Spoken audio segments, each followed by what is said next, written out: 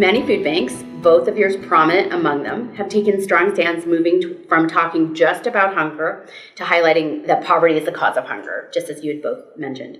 So you have both invested significant resources in research and reports chronicling the structural issues causing poverty.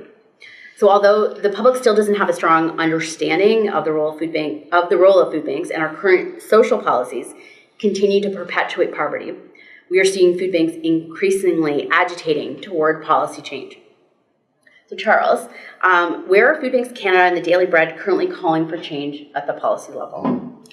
I can't speak for Food Banks Canada, but I speak for Daily Bread. So we've been successful after 8 years of advocating for a housing benefit, which is actually being developed at the provincial and federal level. So we're contributing as much as we can to those discussions around the basic income.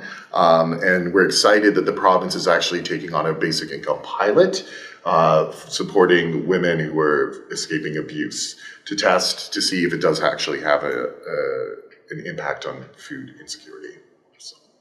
So that's really where our focus is. It's really been around housing. And Susanna, so in the U.S., there's a movement of progressive food banks supported by Why Hunger and your food bank called Closing the Hunger Gap. Is there a momentum building among them toward an awareness of hunger, a new awareness of hunger? Yes, I think in America we look longingly to our neighbors at the north and their social safety net, which I know is not everything you need, but is so much better than what we think is adequate here in the United States of America. I will tell you a story that last week I was in Washington, D.C. educating our legislators, and I was in Congressman Schumer's office, a congressman from Oregon who sits on the relevant committee that is marking up the health care bill right now. And we were handing him information about the connection between hunger and health, and his staff was taking it out of my hand and running it to the congressman in committee. So I see food banks right now as being more relevant and more able to use our voices than ever for broader social change.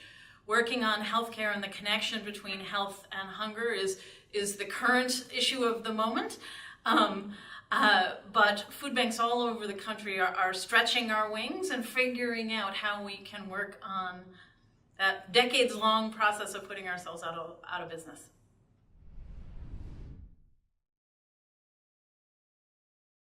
Well, I wonder if Charles agrees with me on this, but I am keeping Oregon Food Bank squarely in the center of the political spectrum. I'm trying to build the biggest possible tent of folks to work on hunger.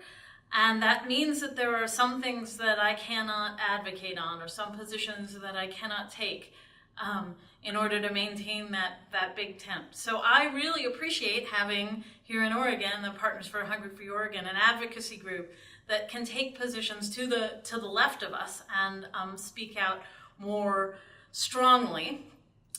We are constrained by the fact that we rely, at least in America, very strongly on the food industry for most of our food donations. And so that leads us to a more centrist and a less divisive opinion. Although I will say last week in DC, I was writing my own bumper sticker, and my bumper sticker was reading, "Unabashedly political, boldly nonpartisan."